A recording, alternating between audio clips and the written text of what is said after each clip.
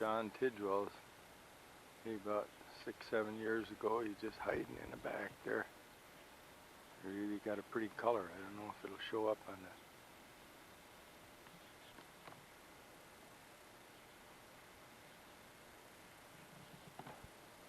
picture of that little maple we planted, and that oak in the background, those evergreen trees, the sun is shining on them.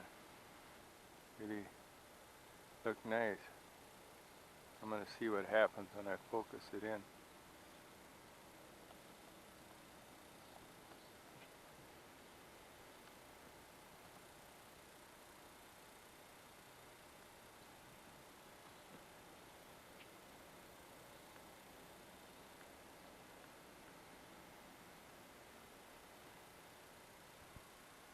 We're just taking a picture of some of the things we got for our 40th anniversary.